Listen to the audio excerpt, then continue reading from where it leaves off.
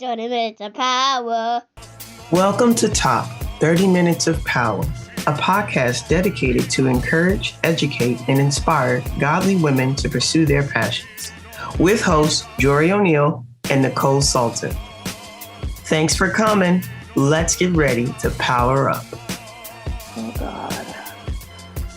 Welcome, everybody, to another lovely episode of 30 Minutes of Power. T-O-P, your one-stop shop for all things inspirational, motivational, and educational. Trying to encourage and inspire women to pursue their passion and go on after them goals and dreams. We got today a host of humans. I think somebody's trying to exercise my TT's screen right there. Look like a OVHS poltergeist coming through your house. Yes, exercise them demons. Hallelujah. In the name of Jesus. Yes, it's gone now. Great. We are here. Listen, tonight's gonna be interesting. It's gonna be interesting, people. Let you know that now. Because we got a panel. I love panels. You know what I love even more about panels? I love public panels. So let's go ahead and take this conversation on over to the Facebook and let the 2,500 plus humans join in on this conversation. Tonight, we are going to be talking about normalizing conversations surrounding trauma. Yes. So we going now. No, this is not a therapy podcast, but please do understand and believe where there are humans, there is trauma. So that's just that. I would be remiss if I did not acknowledge the humans who are here with me this evening. As always, the lovely, the talented, the incredible Nicole Salter. How you doing? Hello, everyone. Yes. Hello, Nicole. Hi, Auntie Linda. And our unofficial co-host, TT Linda.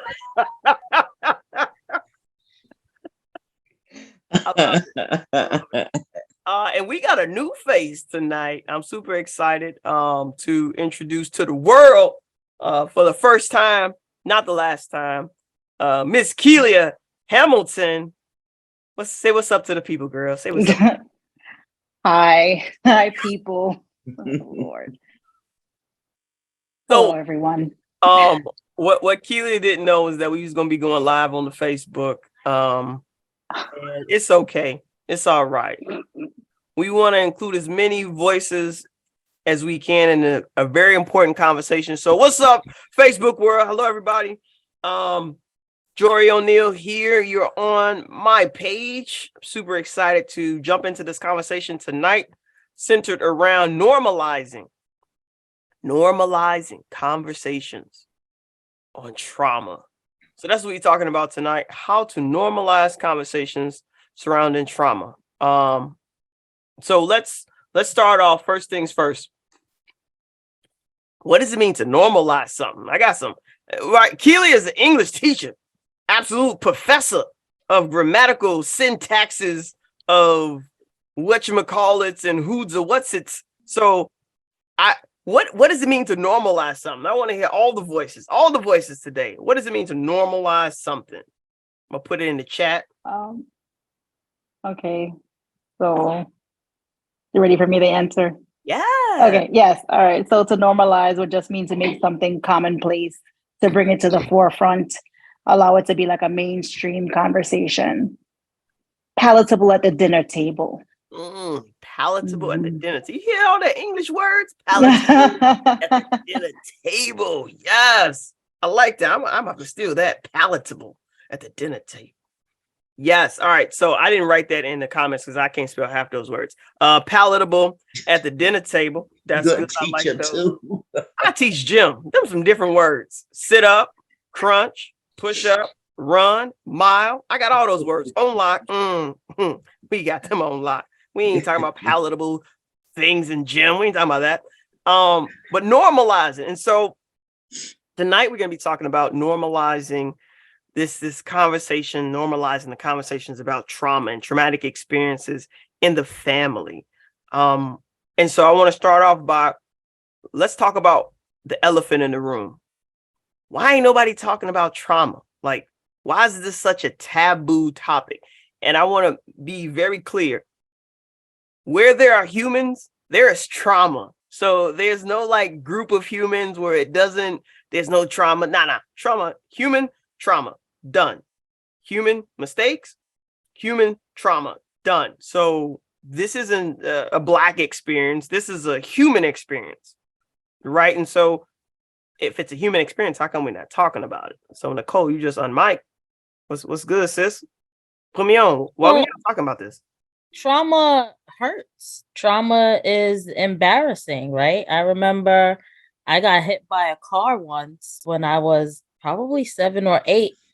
And although I wasn't hurt right away, like the traumatic experience of a vehicle hitting me and me falling to the ground caused me to pee on myself. And that's the first thing that all of the kids saw, you know. Oh my goodness, she peed on herself. She peed on herself. I wanted to get up and run in the house because I'm 8 years old. I'm not supposed to pee in myself, not in public anyway. You know what I mean? And so trauma, when people go through trauma, the first thing that they probably think is, oh my goodness, what will everyone else think if they know I went through this? Or, oh my goodness, how is my mom gonna feel if she knew this happened to me, you know? And so in addition to trauma hurting you, it's embarrassing to even think that something negative can happen to me. You know, people always say, oh, that won't happen to me. And then it happens to them. And it's like, oh, well, I said that won't happen to me. So we can't let anybody know that it actually happened, you know? So trauma it's a lot happens when you go through traumatic experiences, a lot to your body. And in addition, in your mind, like it's something that you actually live through for a long period of time. It's lessons learned that comes from it as well. I feel like you just gave me like a whole like Dr. Phil summarization of trauma, the impacts of trauma and you know the lasting effects on trauma. It was good. Yeah, you ever thought about writing a book? I always think about writing a book, and you know what? I'm gonna make sure I keep Mrs. Kealy's information because she's gonna be the one to proofread. Because I don't know where to put none of my commas. Oh my goodness. I got you. I got you. You see what I'm talking about? Listen, Kealia, I'm giving you all the clients. You just show up. Just show up. I'm gonna push them all your way. Push them all your way. TT, what are your thoughts? Why we don't talk about this stuff? She says something that kind of brought me to the forefront of this experience. And the first thing Nicole said was embarrassing. That's the first thing we do in any situation, traumatic situation. We're embarrassed. Okay. And after we get embarrassed, you know, now we got to figure out which way to go because now I'm embarrassed. Then you have those family members that make a joke out of everything. Okay, I don't feel like joking. This is something that happened. Let's keep the jokes, you know. And that feeds into your embarrassment. You see what I'm trying to say? That brings on, that embarrassment goes higher and higher, I believe, in a traumatic experience like you're talking about, a family experience. Because we always have different things to say that we say about a member or something that happened to a member and we make it a joke. So that adds on and feeds into that person's embarrassment. That's what I gather from there. And from hearing that, that's something I'm gonna make sure I try not to do anymore. You know, because we get in a family situation and there go the jokes flying. We don't care about that person and how that person feels that we're joking about. Or like me, after my surgery and everything, I'm gonna tell you, I was embarrassed. How could this happen to me? You know, and I think we must learn how to go into feeling, how can I say it? embracing another person's feelings instead of joking, minimizing them or whatever, even the tiniest feelings. We can't minimize that feeling. That adds to the trauma. That adds very much to the trauma. And I will tell y'all, so that's my feeling on that, Jory. I think that for some people, if it's not how they feel, it's how the family member, because when you think of trauma, you think of there has to be a guilty person, right? There has to be guilty individuals who are responsible for the trauma. So then you have to think about that, how that will impact the family. And so certain families you're more worried about the family name, right? What will other people say? What will people in the church say? What will people at jobs say? Or whatever it happens to be. What will that do to the family name? So I know being Caribbean, that's a big thing, right? Your family name. You go down the street and everybody's worried about, oh, this is so-and-so's child, right? So it's like your family name is super important. And so you don't want to ever put a blemish on that. So you have that kind of pushing things under the rugs and secrecy surrounding trauma because you don't ever want to diminish the family name. So you brought up secrecy around trauma. I want to understand, what is the benefit of the secret? So we talked about the trauma. We talked about what it means to normalize, right? To make it commonplace, to make it palatable at the dinner table, right? All these fancy words we done used. But it's not palatable at the dinner table, right? According to Auntie Linda, not only is it not palatable at the dinner table, if it is brought up at the dinner table, now it turns into jokes. Now it turns into not validating, right? Invalidating people's feelings or invalidating people's experiences, right? Why? Why do we do that, right? And I want to hear as many voices because I have my own situations in my mind. In terms of like why I respond to trauma the way that I do, but collectively, like Kealia, you're Caribbean. I am not Caribbean. I'm probably the most American person. No, TT Linda, you're more American than me. Yes. Southside Chicago. Yeah. Right. And before that, Blythesville, Arkansas, and you know what I mean? Like, and West Side Chicago before that. Yeah. Right. So American, right? Your mama's mama may have been born in another country, but we got to go like five folks out. Right. Find somebody who's born. And now one of them rascals came from another country. Right. So we American. If you want to look in the dictionary for American, we's American. We American. But it is not, again, isolated to Americans. It is not isolated to Blacks. It is not isolated to Caribbeans, West Caribbean. It is not Central American, right? This is a everybody experience. When I experience trauma, first thing I do is I feel embarrassed. That embarrassment brings shame. That shame leads to secrecy. Right. And then that secrecy just compounds the shame. So not only am I not healing because I can't talk about it, I can't get it out, but now I'm carrying it around and I'm afraid. Now there's a legitimate fear. My cortisol levels are rising for fear that somebody's going to find out, for fear somebody's going to judge me, for fear somebody's going to talk about me. And because of this fear, and again, I had a student. I said, okay, everybody, tell me what you're afraid of. My man said point blank, period. He said, Miss, fear's not real. I was like, excuse me? What you say? What do you mean? Fear's not real. He's like, fear's not real. It's a construct in your mind. You can't touch it. You can't taste it. You can't see it. Fear is not real. I said, oh, snap. A little joking on something I know. Said, that is true. I can't touch it. I can't see it. I can't taste it. Can't smell it. Fear is not real, but it feels real. Right. It feels very real.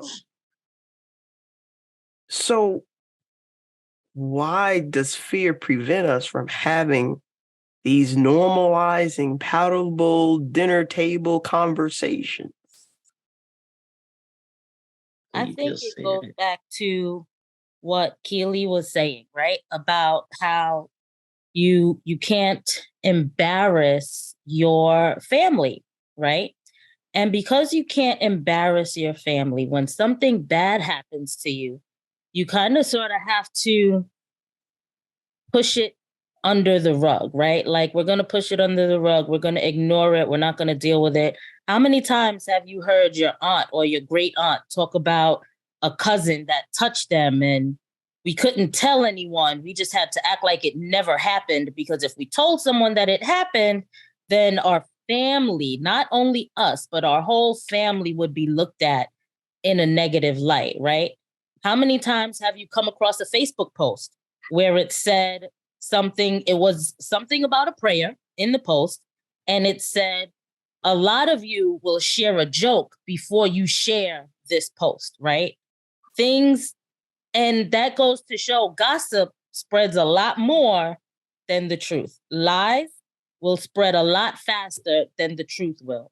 And so when it comes to trauma and things that have happened to us that are bad, right? Trauma has like that negative connotation to it. If you've gone through a traumatic experience, it was bad. It was wrong. Someone really did you dirty. You know what I mean? And so when we go through those things, if we talk about it, it stops us from living in that perfect world where our family is believed to be great and things don't happen to us and things don't happen in our family. I can remember before I had children, I would say things like, oh my goodness, my children would never go to McDonald's. Listen, my children are 8 and 6 and they can probably spell McDonald's in their sleep. It is horrible. But that is something that I had to learn to not be embarrassed about. Parenting is something I had to learn to not be embarrassed about. I live in a bougie community in Florida where parents are like, oh, my children are in bed by 7. And I'm like, kudos to you. My children are bugging me to eat at 11 p.m.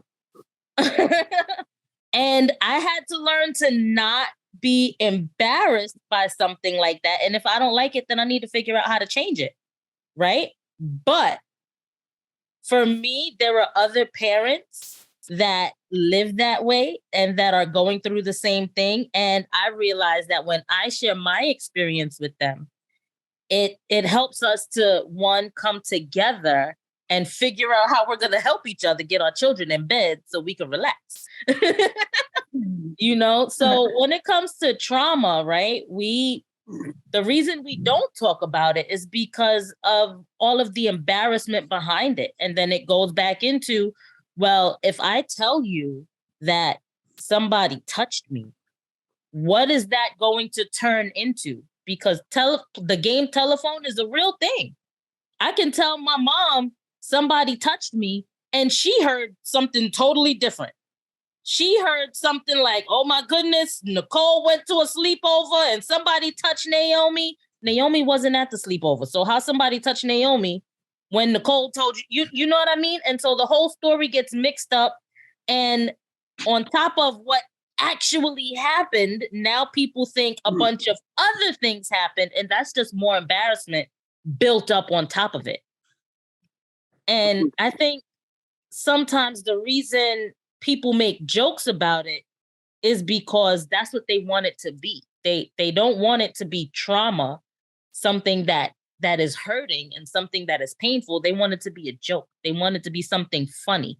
And so the way you move around from that trauma is you joke about it and you turn it into something that you can now laugh at instead of cry about. Makes sense. Mm. Yeah, it's a coping mechanism. Oh, my whole life has been a coping mechanism. That's what I heard you say, Ma. Well, not mine, but I'm just saying that's a coping. Joking's a coping mechanism. So instead of saying that Uncle so-and-so is a pedophile, they're going to say, oh, girl, watch out for Uncle so-and-so. You know, he got those fast hands, you know, or something like that. Like it's the family joke, but literally this person's a danger. But no one's going to do anything about that because that is going to, again, affect and bring judgment and shame to the family. So instead, it's like a running joke, like, oh, you know, to watch out for this person, but no one's doing anything to actually stop that person. And Nicole made a comment about the people will share the post, right?